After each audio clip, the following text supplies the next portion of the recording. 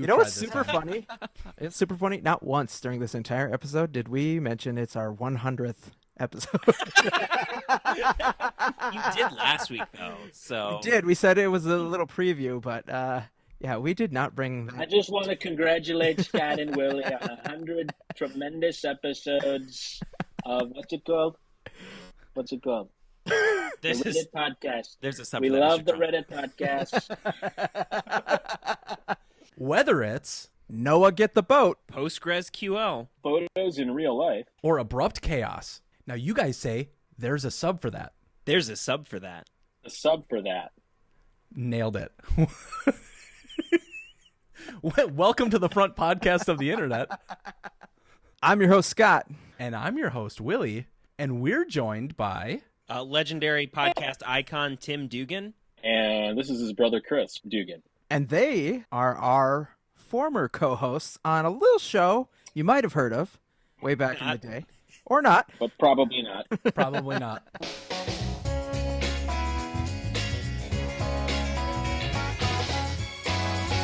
So we did a show called Pop Culture Podcast. PCP And- for short. Fans came to know it. And I don't know, we had, dozens of listeners? I think it was close to 50, I want I to say. I feel safe saying dozens. There were At least one of my friends who listened consistently, I remember. tens of us. It was quite a ride, though. I think I came up with a name, too. Wasn't I the one who suggested pop culture? I mean, you certainly stole a lot of credit, yeah. I'm sure there was another one named that, and I was like, but I think they were like in Europe, so I'm like, we're good, right? Across the ocean. Their trademark law wouldn't do anything here. It doesn't cross the sea. I know a little bit about trademark law.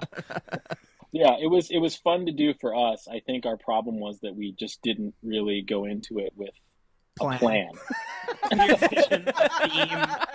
Other than let's start a podcast, which is not really what you want to do. It was fun to go through the motions because I think none of us really realized what podcasting would become. We were just kind of doing it in hopes of having fun and hanging out, and really that was kind of why I enjoyed it most, because of the camaraderie that we got out of it, plus the free snacks. Well, I've also heard, too, it's a pretty common practice. A group of lions is called what, guys? It's a pride. Oh, okay. A group of owls is a parliament, right? This meeting is being recorded. A group of bros is called a podcast. Oh, okay. That's what I've always heard. Willie, did you literally just start hitting record? It'll be fun. It's I fun. go for the You know what? flats. It's fine. Tap that. Take 3. Guys, we've been here for an hour and a half, and we're less than 3 minutes in. How long? So PCP, that was like, pop culture was 2016, I want to say. We started... It was like 2015, summer of 2015 and summer of 2016. About a year. We did it for about a year, pretty consistently. And we had some good shows.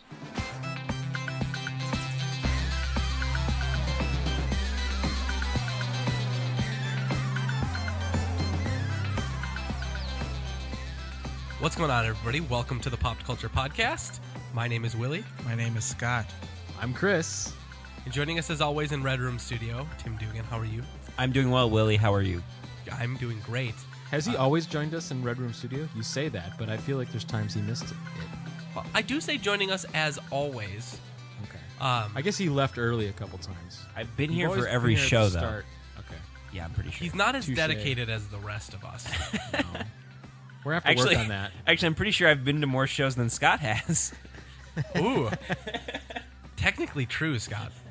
By one. But still true. I just remembered a very specific bit we did for our holiday episode where in between you cut this in, Willie, and it was hilarious, where in between like each little clip we would just play the transition sound from Mariah Carey's All I Want for Christmas Is You. Where it's like da da da da da, but we'd play that, and you can squeeze it in here if you can. But you also just amped up the volume on it too, which would make the podcast like completely unlistenable. I don't know if Someone's in I their ramped car. up. I don't know if I ramped the volume You did on for purpose. sure. I bet it had to have been just me not knowing what I was doing. I still think about that bit from time to time and how great that is. It's great. It's great. It's classic. This podcast is all about Reddit, right? Or at least it tries to focus on what are the popular things every week that would make people interested in coming to the platform of Reddit. But we've expanded, right? We thought, why don't we try to merge the two? Why don't we merge PCP and this show and get kind of the best of both worlds? So we wanted to talk a little bit today about some movies and see maybe some questions that are posed on Reddit. Well, I have seen movies. I don't go on Reddit very much, but I think this is in my wheelhouse. I've seen a movie or two, I think. I have stopped seeing movies. I've actually I just don't watch anything. Quick I cold exclusively read books. I'm getting to that. I turned 30 though, and I've definitely hit that point now where because I used to pride myself on my pop culture knowledge, and now for movies I've seen, I'll forget actors' names, and I feel like it all happened right when I crested over 30. Yeah, Crazy. we crossed that bridge a little bit last week when we talked about when did you guys realize that the current slang that the youths are using just wasn't for you. Cap or fact? No cap. The pinned comment on r/movies is, what is the best film you've watched? And then it gives a time period. So I'm going to ask all of us, what's the best movie you've watched, say, this past year? That's a great question. What did I see? Can I count Bo Burnham's Inside? Absolutely. That was a great special. That one just connected. I think it came at exactly the right time, and there was just so much in there that reflected, I think, how a lot of us felt during the pandemic. And man, I've listened to that soundtrack probably, I don't know, a few dozen times at this point. He's amazing. Did you ever see his movie 8th Grade? No, but when he first came onto the scene, I thought his comedy was a little bit too cynical, and so I was just like, okay, well, yeah, he's just like everybody else, and biting commentary, and oh, look, he plays the piano, cute. I guess he's modern Victor Borga. That's how they actually subtitle on his tour. the modern Victor Borga. But that special, exactly like you said, I just suddenly had a connection with him going through everything that we were going through, and it was an amazing film. It's always hard for me to remember movies I've seen when asked. I had someone ask me the other day, what are my favorite movies? And I had to sit for half an hour and just make a list on my phone. You just stopped moving and stared into the sun, thinking about it. The Batman was the last movie I saw. I think I'm still watching it right now. That's how long it is. It keeps going. Yeah, I think he finished watching that film and goes, Colin Farrell's in it. I have no idea where, but he's in it. Is he the Batman? That was him. Only when he's in the costume, though. Otherwise, it's Robert Pattinson. I will say the Batman did capture something special where I felt like that movie's crazy long, but I think the pacing of it is so tight. There was never a moment to be bored during the, 2 hour, 40-minute runtime or something crazy. You're just focused on what's happening there, which was a great take on that, especially for a franchise that needed a different direction. Yeah, I do feel like it could have been 2, possibly 3 movies, just because after all of the sequences from Act 1, I went and looked at the runtime. I'm like, there's still 2 hours left in this movie. What are they going to do? There's so much that was just packed into this first hour and 20 minutes. Did they almost go the Titanic approach, where I think that was marketed as 2 hours and 67 minutes was the runtime legitimately on the poster, so theaters wouldn't be scared to show it. I'm surprised we didn't review Titanic. That should have been a movie that we talked about. Well, you have to get both VHSs, and I think that takes a lot of time to swap them out midway through. Chris, what about you? I know you're a very busy man right now, but what did you watch this year? Yeah, I don't watch a ton. I think the first movie I saw in theaters since the pandemic was No Time to Die, the last Bond movie. It was a good flick. Which I liked a lot. So I think I'll probably say that. I'm sure there probably were better movies than that, but probably better movies you saw, but under the pressure of the podcast. Probably. With all this pressure that's being put on me now, I thought they found kind of the right balance. Some of those Craig Bonds are kind of hit and miss. I thought it was kind of they kind of alternated between good ones and bad ones. Absolutely. A little bit, but so it maintained that pattern. I thought this one kind of figured out the right balance of sort of classic Bond action and craziness, and the lair at the end was just right out of an old school Bond movie, just done with a modern look. And I liked what they did at the end of it. No spoilers. No spoilers. Are there no spoilers on this? That was interesting. So I'll go with No Time to He Die, dies. the last James Bond movie. He gets eaten by a T-Rex. We know that. Wait, can The we set movie's some called ground No rules here? Time to Die. We could definitely set some ground rules. Tim, what ground rules do you need? I just want to know. Okay, so spoilers for media content. Like, what's the when we talk on this podcast? Like, what's the threshold there? Like, is it the standard movies 2 weeks, TV shows a month? What is the books 100 years or something? I mean, I think if it shows up on digital, it's got to be available to you. If it's a streaming now thing and it didn't just get released, it's free game. Okay, If it's in theaters, I think we could skip spoilers. that seems reasonable. Second question. On my podcast, we never cursed or swore. Am I allowed to say curse words on this podcast? Yeah. Yes, but only Harry Potter curses. I got too nervous. I can't do it. I kept seeing reviews for this film, and I've already talked about it on previous episodes, but maybe the two of you have seen this or heard reviews. But Everything Everywhere All at Once is an amazing film.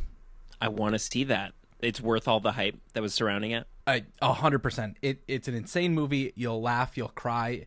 It has action. It's like a modern day. I know this is a Doctor bold statement Strange, to make. Multiverse of Madness. No, what a garbage film. It is a better take or a modern take on The Matrix. Oh. But I think it is iconic enough to be that level. I know it's a bold I take. thought it was really funny that Jamie Lee Curtis went on Twitter giving Doctor Strange crap for being the first multiverse movie and how they just copied everything that they did. Even though the release dates were like a month apart. And almost nobody had heard about that movie until it came out. I do want to point out, this is the part that I think you movie nerds will enjoy. The husband in that film, and I'm going to butcher the name here, but Keanu Reeves? It's Keanu Reeves. Oh, I see the Matrix connection now. That makes more sense. Yeah. Chris, what has he been in? Now, this is Ki-Hai Kwan is a legendary actor. You know Ki-Hai Kwan and two big roles from the 80s. He was Short From Round such films. in Indiana Jones and the Temple of Doom, and he was also Data in The Goonies. He was the Mr. Jones kid? that was pretty- Or Dr. Jones I don't kid? think he's been in anything since. He hasn't, and on purpose. Yeah. He went on record saying that he left the film industry because Yeah. every time he would apply for a role or audition, they would give it to a white actor, and he was like, "I'm just never getting anything. I'm just going to give up on this. There isn't enough Asian representation in film, and I'm going to go off and do my own thing." So he went to college, got his degree, did some other stuff, and then he saw Crazy Rich Asians of all movies and said, That was a great movie. "Yeah, I think I should get back into acting." And then the first Cool. group that hit him up was this like tiny little shop that said, "Hey, we're going to do this during the pandemic. Do you want to do this film?" And he's like, "Absolutely." It's right in his wheelhouse because, like, I mean, he knows like action and that kind of like action, kind of slightly comedic kind of style, right? And he's a freaking martial arts star in this movie. All right, so this week, guys, there was a Vanity Fair article you may have read. You definitely read Vanity Fair, Not right? likely. Nope, did not read it. I can tell you right now. Skip to the next one. But you should have, because it was titled Star Wars Forever, How Kathleen Kennedy is actually, I did Expanding the read that. Galaxy. See? I brought it all back. Chris like, wait, I went and got that. He forgot the so one proud that I Vanity don't read Fair Vanity article Fair. he's read in 10 years. Turns out that I do. Anyway, yes. Do you want me to tell you what it was about? No, I Yes, read yeah, it. I do. I didn't. Okay. I mean, Chris, you have a much better photographic memory than any of us here. So if you wanted to Well, risk yeah, it, it's a pretty lengthy article going through like kind of the current state of affairs with Lucasfilm and Star Wars. So they talk about obviously Kenobi, which is coming out Friday. hype. Not a Very sponsor. exciting. So they spend a good deal of the that kind of bookends the article, that particular thing. But then they talk also about some of the other shows coming up, and also kind of like what's happening with the movies, which sounds like nothing is really. So that part was kind of interesting, where Kathy Kennedy, the president of Lucasfilm, is giving all these non-answers. But it was just cool to like hear my favorite part of it was like the stuff with Ewan McGregor talking about returning to Star Wars and how people are kind of reevaluating the movies he was in and his his work and how it's fun, how he's having a good time coming back and playing in the universe again. Do you? This is a small aside, but do you feel the 6-episode arc that they're going to do with Kenobi makes it a TV show, or is it a 6-hour movie? I think it's 3 2-hour movies. That's the premise I'm going in. I'm assuming we're basically getting a new trilogy worth. That was something my wife pointed out, because it's like runtime wise is going to be pretty close to 3 theatrical movies. Yeah. Well, the article does talk about how it started originally as a movie. So there we go. Okay. It kind of, the project was conceived that way, as being one of the standalone movies, and then the standalone movie concept kind of crashed and burned. They were in a big meeting room, and somebody just pointed at the Solo poster behind them. Right. I like that movie. That movie was fun. I actually thought Solo was okay, but yeah, I think, and this is kind of a larger question. It's like, what is a TV show and what is a movie now? Because like the production values, like if you watch The Mandalorian, like the production values on these shows now is incredible. Like, I don't know if you know how they make Star Wars now. They do this thing called the volume. Yeah, or the volume. And the volume is like this amazing way to get, like the way the prequels are done was just with seas of green, and then putting in the red roses locations later. Green screen, right? But now they can actually project that live for the actors. So it's really cool. It gives them that sense of like place and location, but then they can like just drop you into Star Wars. So the ability to do that now, to me, it's like, it saved them so much money. Movie, yeah.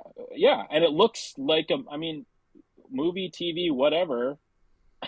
Who cares? Like, if it's a good story and you can tell it however long you need to tell it, basically. If you can tell it in 2 hours, do a movie. If you need longer, do a one-off series or whatever. I almost think a series is a different genre now. It's like it's diverted from television and movie to like it's its own genre almost, right? Because I expect something. If I hear TV show, I assume, okay, multiple seasons and like ongoing story, probably a little more dialogue heavy. But now the series genre, like ever since we got things like, I felt Breaking Bad was more in that camp. True Detective season 1, which I think is the best television series ever made, like flat out. That's a bold statement. It's good from start to finish. It's hard to argue. Yeah, it's very I've good. never seen any of them.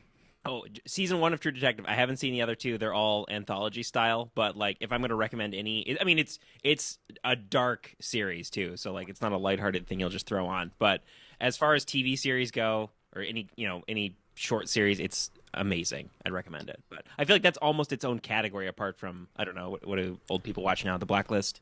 But so like something like Law and Order, Willie, is a TV show. It's episodic. There's going to be 26 of them every single year, and it might go for 10 seasons. But what you guys were saying rings more true. I think it's a series, like one entire giant story arc, rather than it being episodic. Do we call them streamies? We say that there's a TV, movie, God. and streamies. Please, no. I don't care what it is as long as it's not that. Do we call them steamers? A big heaping steamer? We're about to drop another steamer on your chest. How do you guys feel about some of the shows that Disney's doing coming out weekly instead of the way Netflix does the approach and drops? Stranger Things season 4 drops today, right? It'll drop on Friday, a day from when this episode goes up. Versus Obi-Wan will drop episode 1, and then a week later we'll see episode 2. Actually, they're streaming episodes 1 and 2 on the first day, but then after that. So I just have to. Well, F me. Yeah, well, it's kind of a pretty typical thing that the streaming services do, where they'll give you like 2 episodes, and I like that. I think that's a good compromise. I kind of like having more than just the 1 at the beginning, just to kind of hook you into the series, and then it makes it more like event TV when you can watch it sort of week to week. It's more like the old days where you were kind of anticipating it and had to wait a little while, not too long. Whereas the Netflix approach, I think, is just where it's basically you're encouraging binging the whole thing. It's just, I think it's more fun to kind of draw it out a little bit. I understand the reason they do it is really just to make sure people stay subscribed to the streaming services. I think that's probably the main financial reason. Why I love it as a viewer is it's opened up the world of discussion again now that we all are watching a show at the same pace. I remember back in the day I was a big Lost fan. I was watching that. I think I started late season 2 or something. I got caught up on the DVDs and then continued watching week from week there. And it was great when you could connect with people and discuss theories and talk about what's happening in the show. And that went away with the binging thing, where the expectation almost was you have to watch all 6 episodes the day they launch or that first weekend, and then you discuss the whole thing all at once. Whereas now I like the opportunity where I'm watching a series, I can watch a couple episodes, have the week there to process, talk with other fans about what's going on in the show, and then be surprised again each week and have something to look forward to. So I think it's a big improvement, honestly. I don't mind. And, like, life is busy enough now. I don't have time anymore to burn 12 hours on any given Saturday. Like, that's just not going to happen. Yeah. I genuinely think that it's a demographic thing. I think streaming services know that if you drop a series all at once, you're bound to get a more Gen Z, younger millennial audience because they want everything right now all at once. Now, I'm not trying to disparage that. I think that's just like a generational thing. But everyone on this show remembers a time when TV was episodic per week, and we like the nostalgia that comes with next week I get to see that other episode. It builds that anticipation. So I think for some streaming services like Disney and Kenobi, it's going to bring in maybe an older audience that's like, I want to see some of my favorite heroes and I want to see them in a way that I enjoy watching. I personally enjoy the cliffhangers at the end of most of the streaming episodes, or something that just hooks you in so that you immediately want to go talk about it with somebody else who watched it, or you immediately set a reminder in your phone to like, okay, I have to either stay up to midnight to watch it when it drops, or 2 a.m. or like the first thing I'm doing as soon as I go on my lunch break is I'm like, don't anybody talk to me. I'm just sitting down and I'm watching this right now.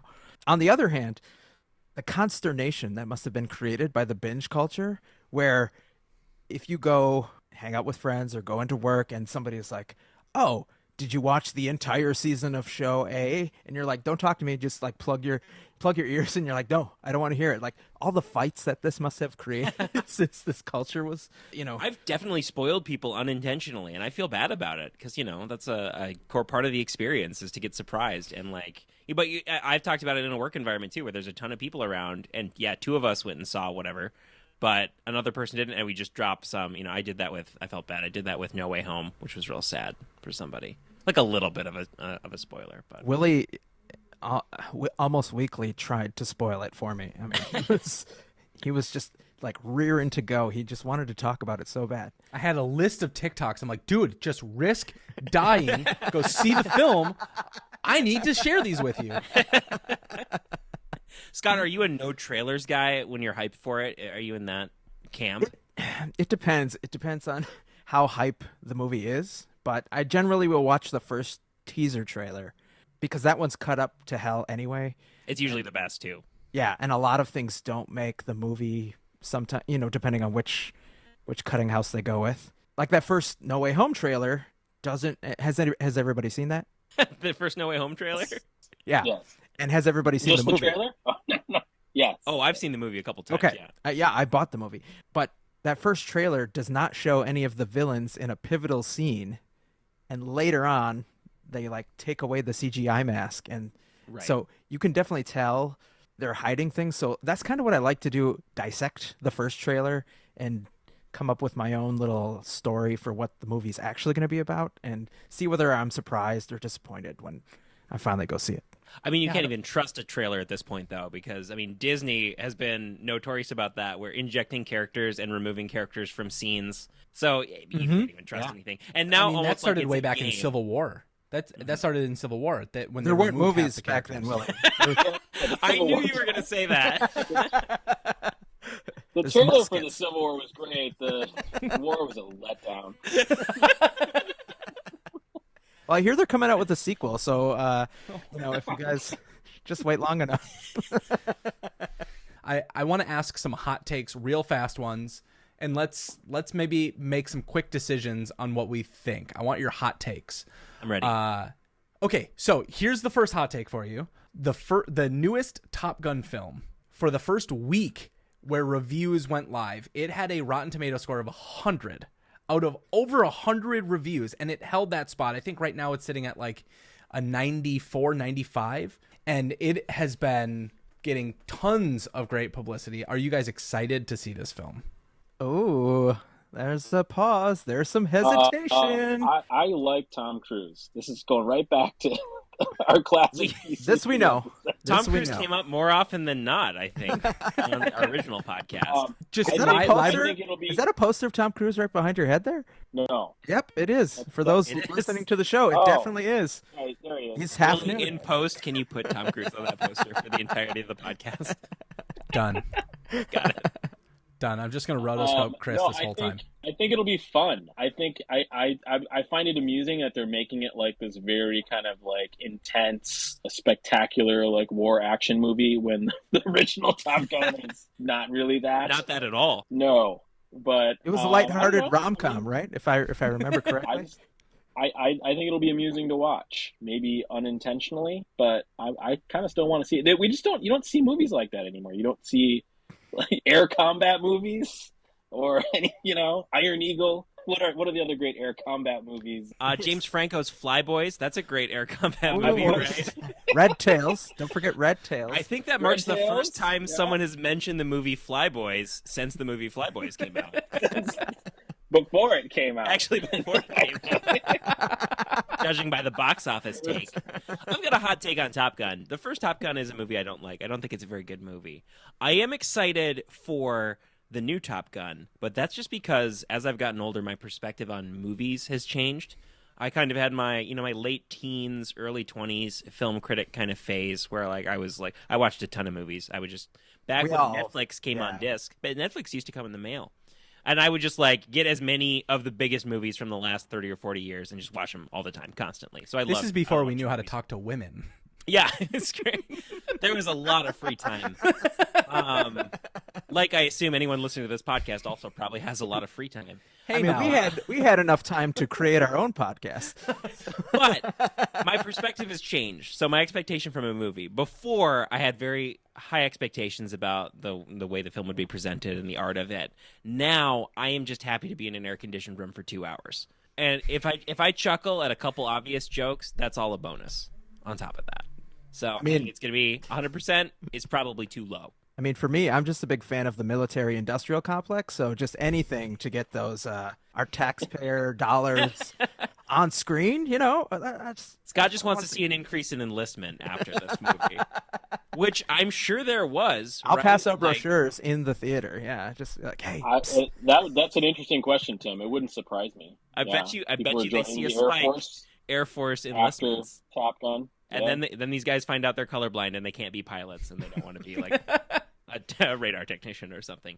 And then they're forced those to people join. are important too, but if you want to be a pilot, you're probably not going to want to be anything else. Well, guys, as the resident idiot, I think that it's going to be a moving image and loud noises, and I'm going to be entertained. They got moving pictures now? Oh my God. That's so cool. Speaking of Tom Cruise, I believe the Mission Impossible trailer dropped today. Did you guys see that? I actually did see that. And do you think, because this is, I don't know what it's called, but it said part 1. So it makes me assume whatever part 2 is, it will be the last Mission Impossible movie. Same. Did you get that vibe, right? Yeah. Well, the they title announced is it as the last 2 Mission Impossible movies. Oh my God. The title is Dead Reckoning. Yeah, So these are supposed to be the last 2 films. Part It'll 2 be- must be Reckon I'm Dead. Here's no time. And that's it. That's it. That's how they end it. It's a So 15-minute movie. what 80s Tom Cruise movie would you like to see a sequel to? Top Gun, for sure. Good Top Gun. I meant another one. Top Gun. Like I haven't seen the new one yet. But let's keep Indiana Jones. going. No, that was Burt Reynolds. Oh, got it. It was the mustache. I want to see a follow-up called All the Wrong Moves, where he's just like, he becomes the deadbeat dad trying to force his kid to play football. That's what that movie was about, right? Vanilla Sky. The only sequel I can think of would be Chocolate Rain.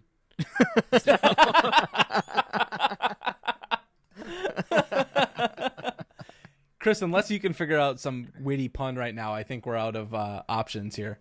It's an impossible mission if you get my drift. Oh, get wrecked. Here we go. In theaters eventually. Trail 2.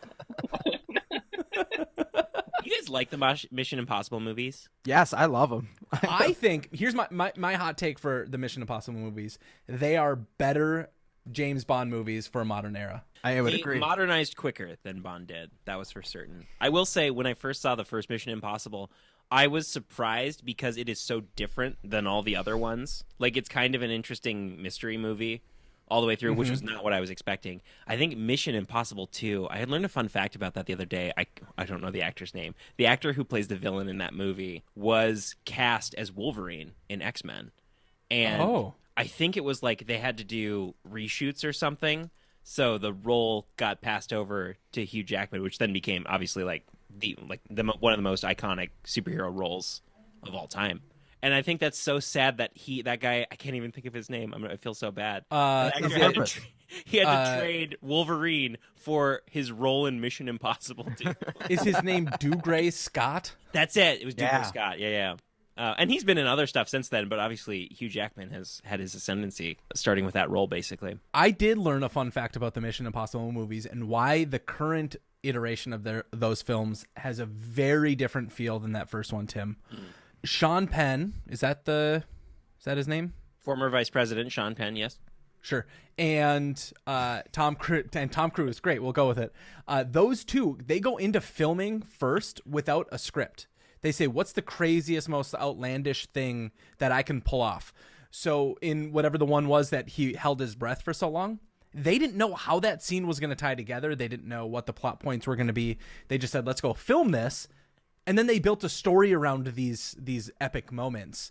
So for them, they're just making it up as they go. Like, let's climb the biggest building in the world, and we'll try to tie it to some cool, clever story. I thought it was the Metallica soundtrack that really set it apart, the first time Metallica had ever done a soundtrack for a movie franchise. And so... Was it also the last time? Yes, it was. Yeah, I have to tip my hat to Mission Impossible franchises over James Bond because of the Limp Bizkit. That was actually my main complaint with James Bond, is there wasn't enough Limp Bizkit. Unless one of you guys can think of a nice way to say upvotes and downvotes. Up, down votes. We are ready for the up, down votes.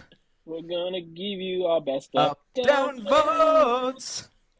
From Reddit, here come the up, down votes. Probably gonna get sued by Billy Joel. That's how he makes a living right now, just suing people. Suing podcasts. Suing small podcasts, yeah. I got him. There's a sub for that. They gave me $257. Didn't think I was going to make rent this week, but oh boy. Whoa. In the years that have passed since we recorded the Pop Culture Podcast, I thought it'll be great to get back together because this can't possibly be more cringy than the 50-some-odd episodes that we produced so many years ago. But you all have proven me wrong, and I'm proud of you for it. You're welcome.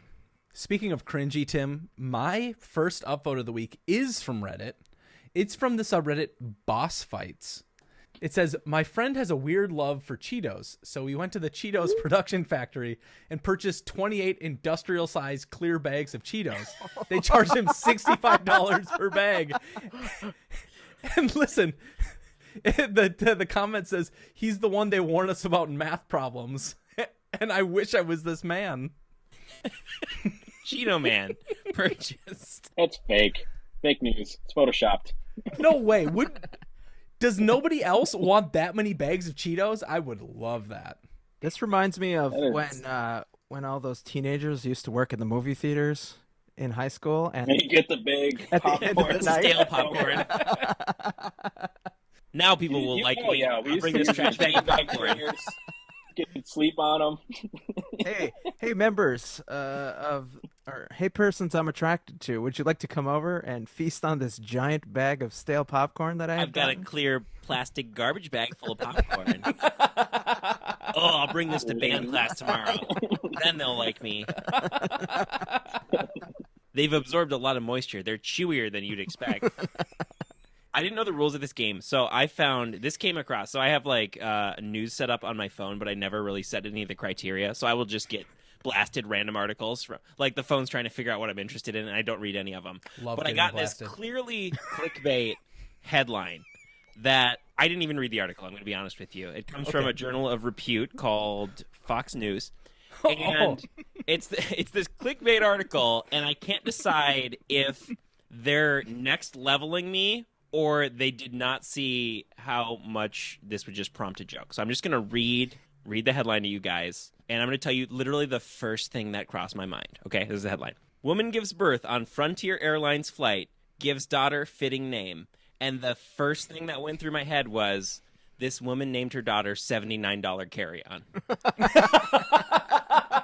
That's like I'm usually pretty clever, but that was the neuron fired, and that was just what went through my head, and I did not need to read the article. Somehow it's worse, isn't it? It's so bad. My question to you is, did the person writing the article know that people like me would joke about it? Are we to that level now where they knew people like me would joke about it, and then this article gets shared all over Twitter? I'm not on Twitter right now, but it gets shared all over there, and then suddenly people are looking up this article, and they get more clicks that way. You're on a podcast right now, Tim. Thank you.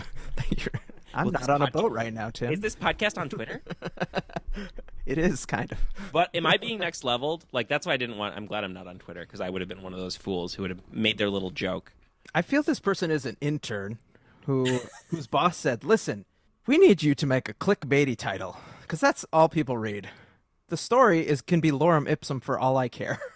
But you just need to come up with the best title for this headline. I want to know what she named her baby. No, but see, then we're playing their game. We can't do this. Giving them what they want, Willie. Then the clickbait wins. Yeah. We have to come up with our own story. Also, like, there's a lot of different routes you could go with it. Like, named her baby something appropriate, and then Frontier Airlines was like, we're keeping the baby. Part of our policy. Any children born on the property of Frontier Airlines. Gotta read the fine prints. Hey, when we're in the air, we're a sovereign nation. That baby's ours. This baby is destined to be our king. This has fulfilled the prophecy. Frontier Airlines, we're weird. So, Chris, don't fly in however many months it's going to be. Don't get on the flight, man. Don't get on the flight. Or just fly Delta. The plane. All right, can I go now? You can go. You can go. This is your time to shine. Can I do my upvote or my downvote? Up to you.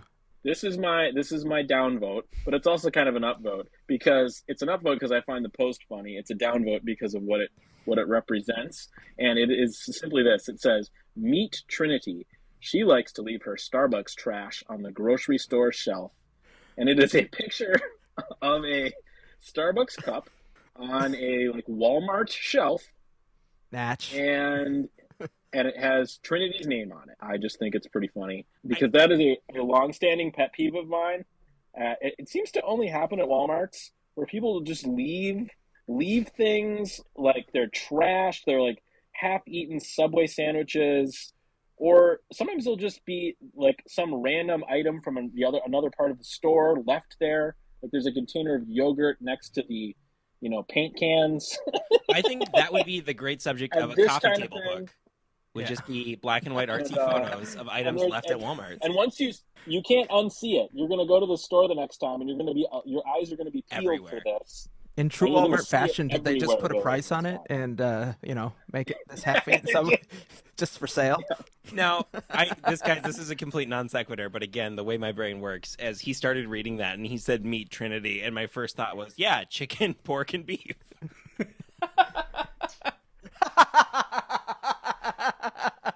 I thought we were bringing it back to the beginning of the episode where we talked about the Matrix. It all And this is one thing people never really appreciated about our pop culture podcast is the tight narrative through lines that we carried through in episodes, and then in those story arcs we do. Most people I know had no idea. They were like, what even is this podcast? Well, my upvote of the week is, it's kind of personal, and I'm going to get permission from the person here, so let me text them. Oh, he says I can talk about it. I would just like to congratulate Chris on a post I read from social media this morning. I'll let him fill in the rest of the details if you're okay with that. Oh, yeah, absolutely. I have a big new project that's dropping on 11/27/22. Put a lot of work into it. Yeah, you did the majority of the lifting so far. Yeah, really, it was all you up until this point. I'm going to be a dad. I am a dad. Yay! We're expecting my wife. We're expecting our first child on the Sunday of Thanksgiving weekend. So during I'm not gonna be traveling halftime, anywhere. should we take some prop bets on when the baby drops? When the little butterball arrives. The thing I think everybody wants to hear is, hey, I have a November birthday. Maybe they'll be born on my birthday. But that's not what you want to hear. So seriously, congratulations. I think we started this show because we were four very lonely men. I became lonely over time. Yeah, Chris was just a boy, or Tim was just a boy at the time when he started. A young lad. So we were three men and a baby. We made a ton of jokes then about how we'll never have girlfriends, or the show ends when we finally do. And look, 2 of you are married, 1 of you's engaged. I'm in a relationship. Surprise. And Willie's here too. Willie's got his cat. I'm excited too, but I really would have preferred you told me before you told Scott and Willie and not live on a podcast. This just seems... For that one audience member that's out there that didn't pay attention to the beginning of the episode, Max, I'm looking at you. These 2 are brothers. Can't tell by our shared sardonic attitude. Tim, it's okay that he told us here, though, because when you're on this podcast, you're family. That's our That's slogan. Yeah. Okay, that's maybe why you're not getting a lot of listeners. You need to work on that. We give away all these breadsticks. I don't know why nobody wants Only to Olive Garden employees listen. They think it's an internal... This is an internal Olive Garden podcast. Well, I gotta tell you guys, I was confused. I hadn't listened very much. I thought this was a podcast about substitute teachers, so I was not prepared at all. So this is pretty cool. This is my favorite band, as you know, is Pearl Jam, and their drummer came down with COVID in the middle of their tour. So cool. And so, super cool. Thanks for that's sharing. not cool. Good night, everybody. In the middle of a song. The dude died. He dies. Soon I will be their drummer. Oh, he's fine, but they, rather than canceling their shows, they did something pretty cool. They brought in some people to play drums. So they brought in like the original drummer of the band from like 30 years ago, came in and played some songs, some friends of the band. But the coolest thing they did is they let like a local kid come in and play a song with them. Whoa. Which was pretty dang neat. They invited this kid, his name is Kai Nukermans. He's 18 years old, and he sat in on a song, like invited him on the stage. I think it's pretty cool. I think the Foo Fighters kind of started doing that a few years ago, where they were like, let like little kids, like 10-year-old kids, like could play songs perfectly, come up and like do a song. And I don't know, what do you guys think about that? Do you think that's cool that like I'm against it. I can't support child labor. Just really, I pay for this show. I want these wealthy rock musicians. I think it's a risky move, and I think it's high risk, high reward. Oh. You make a gamble thinking, hey, this person could make it. It's like when Michael Bublé sits at the edge of his concerts. You watch his concerts weekly on YouTube, right? And he just pulls an audience member on stage, and they just sing. What's his one song he's known for? I don't know, some Christmas hit. Michael Bublé? Yeah. He's All a I Canadian Want for Christmas icon, Is You? I'll have you know. He's got a lot of classic songs. Oh. The cynic in you, maybe these are kind of semi-staged. since there's never like a disaster where the I have guy to feel like literally can't play the instrument. Much like the shapes on Tim's wall, I have to feel those are a plant whenever they do them because you can't just like bring up some random 10-year-old who's never held a guitar and like have the crowd of 100,000 people just start booing him and like send him down this villain path. Well, the kid was in a band, and I think probably they vetted it a little bit, like listened to it, like, okay, he actually knows a song of ours, like he knows how to play. Yeah, we have proof of this. Yeah. We didn't just pluck him out of the crowd. It would be a little bolder to just randomly grab someone. I've always said about baseball games, if you want to make them a little more exciting, I think the ceremonial first pitch should be the actual first pitch. Just like a little bit of the best uncertainty. the best hitter in there, and then the first person. It changes the game because suddenly you're leading because like this is our chance. Or they're probably going to get walked. Most people can't get it over. Yeah. Tim, you just came up with the best idea baseball has seen in the past, I don't know, 100 years. Forget the first pitch. It should be the first at bat versus the actual starting pitcher. No, Scott, we lived through what the best should have been, which is just let them all do steroids. Oh, that's true. Bring back Mark McGuire.